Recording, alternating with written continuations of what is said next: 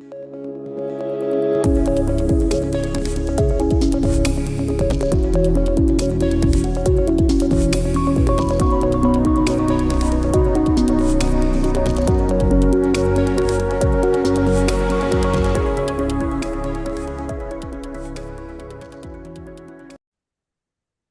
ora, everyone, and welcome to today's webinar. It's great to have you here. If you don't know me, I'm Craig Young. I'm the CEO of Tuans and have been now for over 9 years. Welcome to our first webinar for 2024. I wanted to talk a little bit about the objectives of our webinars this year. We intend to be a little bit more technical and perhaps provider focused, maybe a bit more practical, to sort of make them a little bit different from our after fives, which are generally more around education and networking. We're obviously going to record these and make sure that they're available to people afterwards, particularly those that register, because we know that there are all sorts of things that happen on the way, and we know that people want to be able to see these sorts of things afterwards. I'm going to be the facilitator for today's session.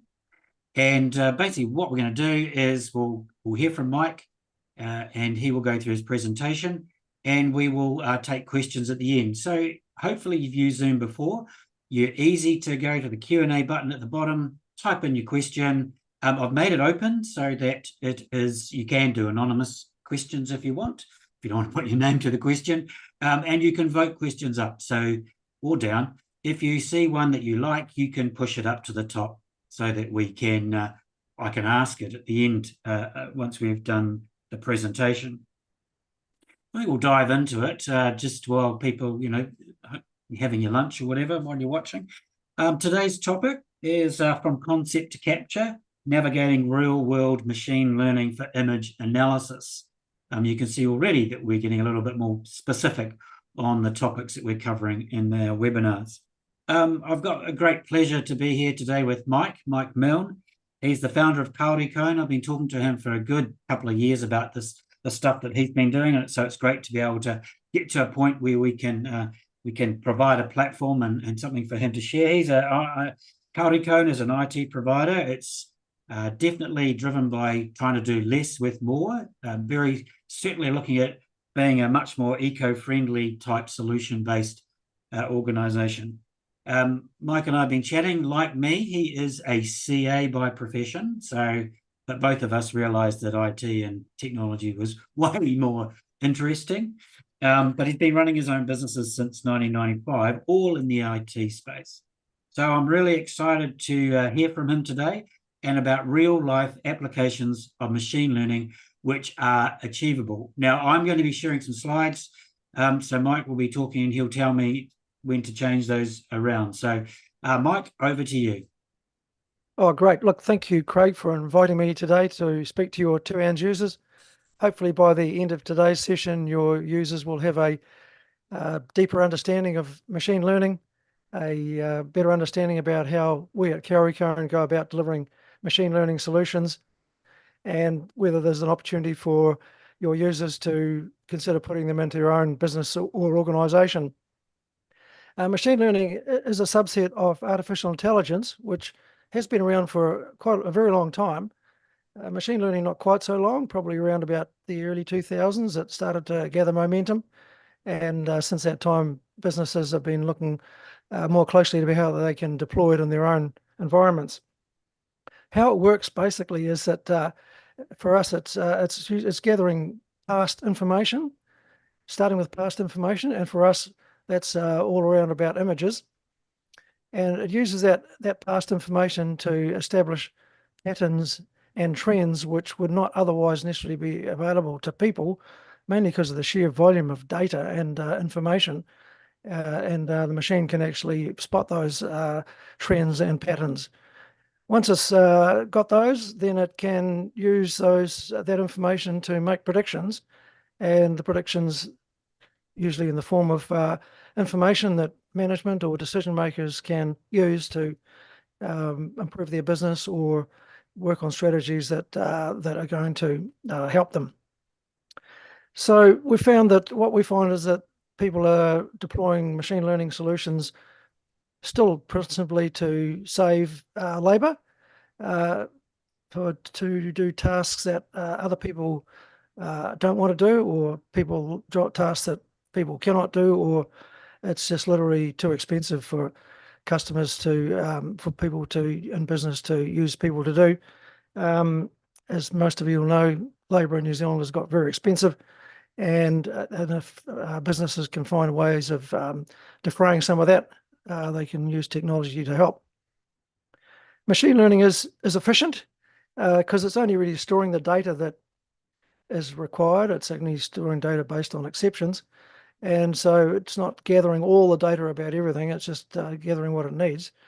And it's also self-improving as well. It's a bit like people and children. You get better with time of the practice, and machine learning does get better with continuously improving what it's doing. So the first, what we do at Kauricone, our process is pretty structured, and the first thing that you need to do is to identify what I'll call the thing that you want to use the machine to identify, and we have a project which I'm going to talk about now called building and construction waste.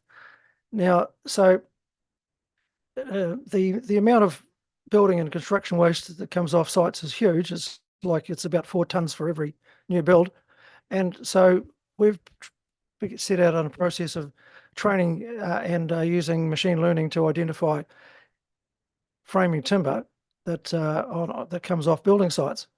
So the first step in that process is to run around and gather as many images of framing timber as you possibly can, and once you've gathered as many images as you can, then you have to go through a process called annotation. Now, Craig's just put up an image here of some timber, and you can see that the process of annotation is a matter of putting bounded boxes around as many pieces of, in this situation, timber as we can find, and those bounded boxes are used to train the model. So once you've got your images, you've been through the annotation process, then you use those annotated images to what we call train the model. And the training the model basically involves converting those annotated images into text files, which have coordinates, and that becomes a starting point and an end point for each one of those annotated images. I call them traits. So now I've got a few traits here from framing timber, and those traits then get converted into text files using a process called which you use to begin training the model. Now, at this stage here, the model has got the annotated images, and it converts them into individual text files, each which has got a starting point and an ending point. And in this way, the graphics processing unit, or the GPU, in an intensive GPU environment, converts all those annotated images into text files, which become the part of the trained model. So in this way, you end up with thousands, tens of thousands, millions of traits, in this situation, framing timber. So just to recap, Craig, you might like to take that off the screen now, and bring up the next image, if you can. So now we've actually got our model trained, and this image is a little bit more difficult to get your head around, but basically the trained model now knows that it's only going to try and find framing timber. So the framing timber is highlighted in pink. Everything else, the plastic and some other rubbish in that skip, is completely ignored. And so we've now got our model trained to look for, in this situation, just framing timber. So just to recap again, so now we've done the first 3 steps. We've gathered the images, we've annotated them, and we've now trained the model. So now we're going to move into a live environment, and we're now going to show you an image here of a camera attached to a gantry, and that camera is pointing into a skip on a building site. So here's a picture. Here's the real camera. You can see it's got a solar powered panel. It doesn't require any, there's no electricity on that pole. It's also motion activated, so that whenever anybody throws something in that skip, it sends an image. And this camera has also got a SIM card and an antenna in it, and so that when an image is sent out from the camera, it goes via the cellular network to our server, which has been now trained to look for, in this situation, framing timber. Now, then once it goes through the cellular network, comes to our server, and this is the sort of servers that we currently use. These are fantastic machines. They've got a full processor. They've got a full operating system. They've got all the machine learning software. They've got the trained model all sitting on it. This machine has got an Ethernet port, some HDMI, USB 3, USB-C, some other ports around the back. It's also got Wi-Fi. It's got Ethernet. It's got Bluetooth. And so you can connect different ways to that server. Now, the other good thing about these machines is that, in actual fact, they've got a thing called a neural processor in them, or an NPU, and NPUs are specifically designed for machine learning, optimized for that environment. So, really fantastic machines. The other good thing about them is that they don't use up hardly any electricity or power. They use about 9 watts compared to your traditional server, which looks a bit like whatever Craig's going to bring up there. The traditional servers use about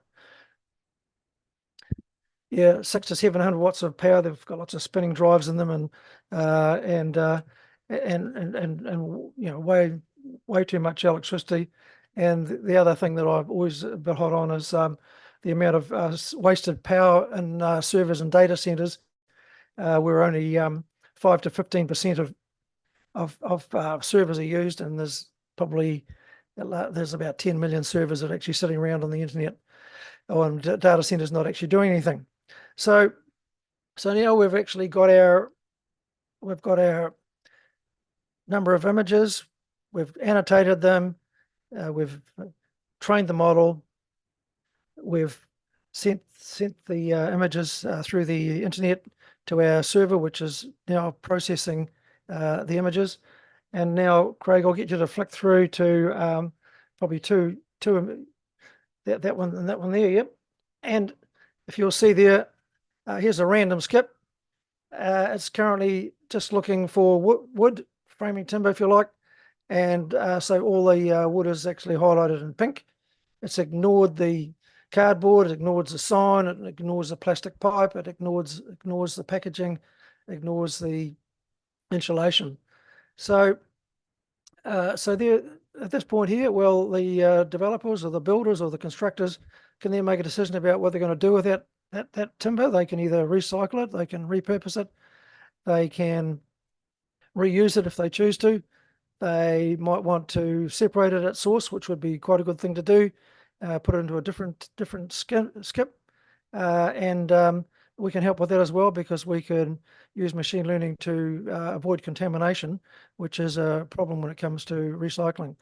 But anyway, so at least now the people who are involved with these developments can make some decisions proactively rather than just sending it to the landfill, which predominantly most of it goes to currently.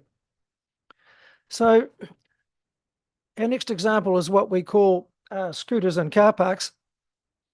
And what happens here is that the scooters arrive, people on them, and they go around the barrier arm, they go into the car park, they break into a vehicle that's got some nice attractive stuff in the car, disappear out through the gate on a scooter as a getaway vehicle. So in this situation, slightly different configuration, we've actually trained our server to look for scooters. And once again, we went around and gathered thousands of images of scooters, used those to train the model. And what happens here is that every time in that car park, there's a number plate recognition system.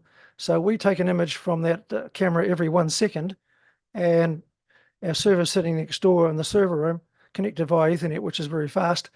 And when it finds an image with a scooter in it, it can then send a notification to the security manager and the hotel manager, and they can then make a decision about what they do. They either can close the gate, they can call the police, they can do nothing or whatever. At least they are now being proactive rather than currently when somebody complains, they don't know about it till sometime later. By that stage, the perpetrator is well gone, and they can only do things retrospectively. So that's an example of doing things of scooters in car park. But there, so here's an image of us identifying the scooter, and yeah, as I say, the management can do something about that. Now, this particular example highlights another thing we call false positives. When we trained the computer model, we actually took lots of images with people standing on scooters with their hands on the handlebars, and so what we found and finding here still, well, in the past, is that the computer thinks that people coming into the car park with their hands on the steering wheel is a scooter, when in actual fact it's not. So in that situation, you've got to be mindful of the fact you can actually train the computer incorrectly, and you have to unlearn certain aspects of it. It's a bit like me when I have been singing God Save the Queen for all my life. I now have to relearn that and sing God Save the King. So computers are a bit the same, and they end up delivering these things called false positives. So in this situation, we have to add another level of decision making. First level of decision is it a scooter? Yeah, it is a scooter. And then is it a car? Yes, it is a car. So then do nothing rather than sending off a notification to the security people. So that's an example of what we call false positives, and you would need to be thinking about that when you train your model. It's a bit like when you go back to the annotation process. You need to make that as accurate as possible, as close to the external parts of the image that you want to capture, because if you don't get if your image is not so pure, the result is not so pure. It's a bit like the old adage in computing: garbage in, garbage out. So accuracy is important to avoid false positives.